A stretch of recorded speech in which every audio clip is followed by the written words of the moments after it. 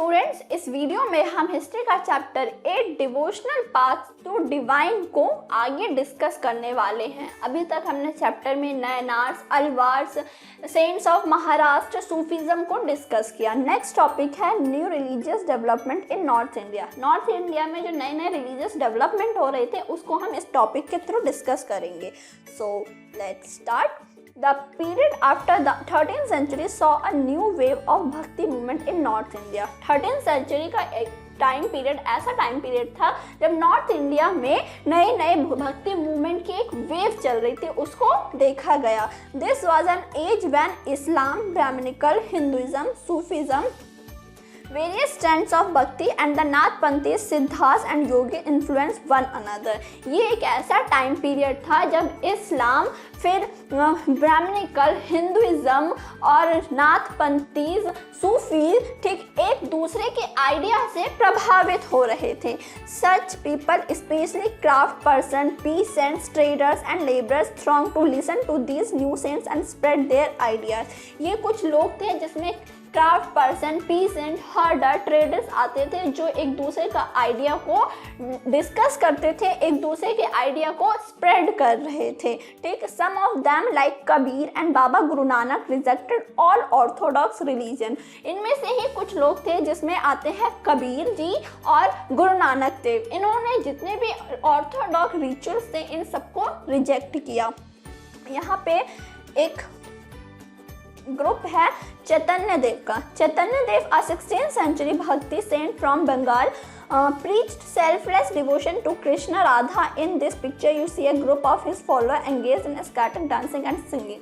यहाँ ये जो है चैतन्य देव का एक ग्रुप है। चैतन्य देव 16th सेंचुरी में बंगाल में थे। ठीक, वहाँ कृष्ण राधा की भक्ति कर रहे थे और इस पिक्चर में आप उनको बेसुध डांस और सिंग करते हुए देख सकते हैं। तो ये है चैतन्य देव का ग्रुप।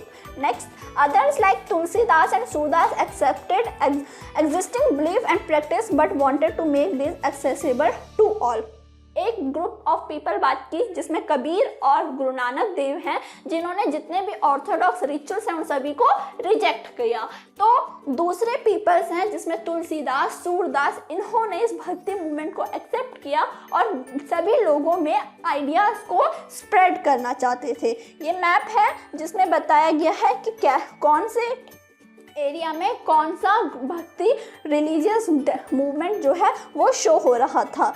तो हाँ, ये सूरदास, फिर रामदास, कबीर, रायदास, फिर वल्लभाचार्य, तुलसीदास, ये लोग इस एरिया में थे। ये दादू और मीराबाई राजस्थान वाले एरिया में, नरसिंह मेहता गुजरात में, ज्ञानेश्वर, नामदेव महाराष्ट्र में, एकनाथ, तुकाराम, ठीक, बासवन्ना जो है कर्नाटक रीजन में अमरस था। फिर रामदास, इधर बात करें रामानुजन, ठीक, ये सब जो है साउथ इंडिया में, शंकरादेव असम में, और ये लोग एक कुछ भक्ति सेंट्स हैं जो इंडिया के अलग अलग पार्ट्स में एसोसिएटेड थे।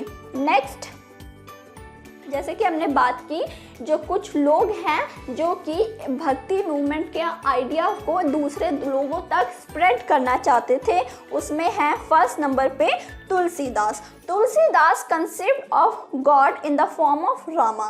जो तुलसीदास है वो राम की फॉर्म में भगवान को एक्सेप्ट करते हैं।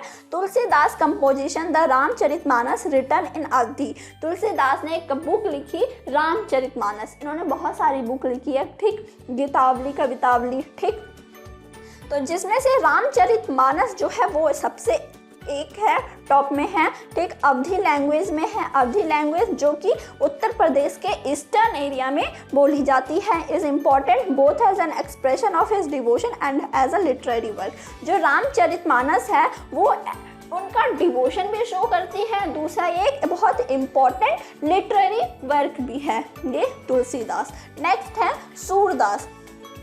Surdas was an ardent devotee of Krishna. जैसे तुलसीदास राम को मान रहे थे, वैसे सूरदास जो है वो कृष्ण के अल्टीमेट डिवोटी हैं। इस composition compiled in Sursagar, Sursaravali and Sahitya Lahari express his devotion. उनका जो कंपोजिशन है वो है सुरसागर, सुरसरावली, साहित्य लाहिरी, इसमें इन्होंने अपना भक्ति को शो किया है। Also contemporary was Shankar Dev who of Assam who emphasized devotion to Vishnu and composed poem and play in Assami।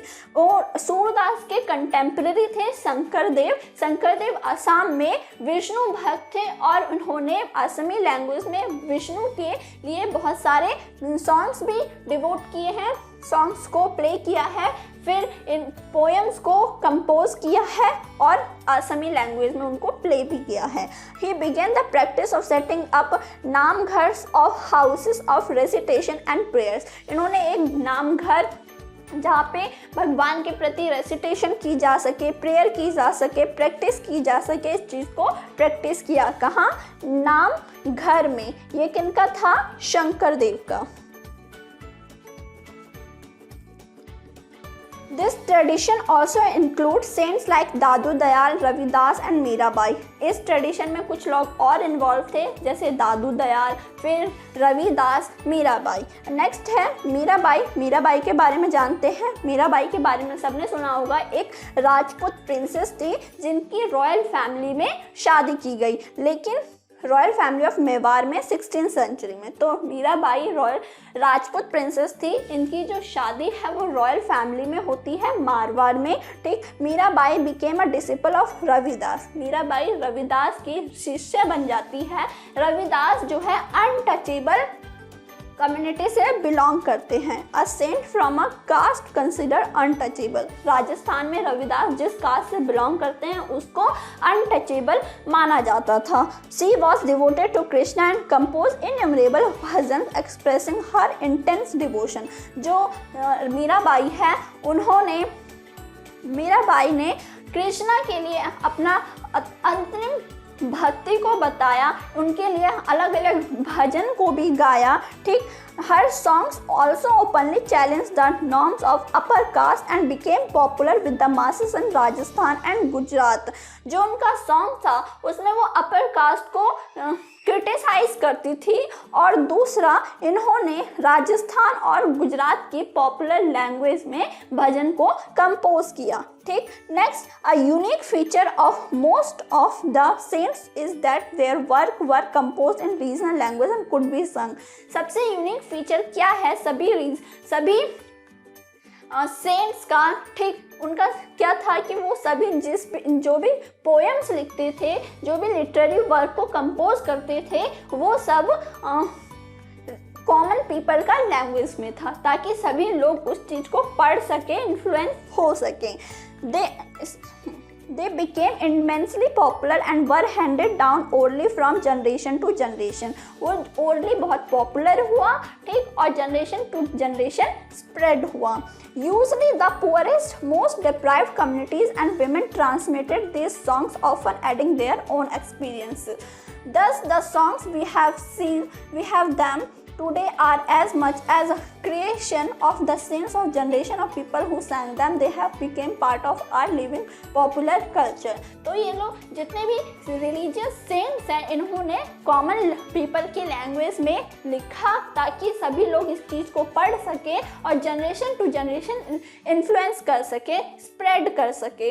इसमें जो विमेन्स थी वो भी इन सब चीज़ों को पढ़ती थी और इन्फ्लुएंस थी। नेक्स्ट टॉपिक है अ क्लोजर लुक कबीर। कबीर जी कौन? जिन्होंने जितने भी रिलीजियस चीज़ें हैं उसका रिजेक्ट किया था, उन सभी चीज़ों को रिजेक्ट किया था। ठीक है। तो कबीर के बारे में हम नेक्स्ट वीडियो में डिस्कस करेंगे। So thank you.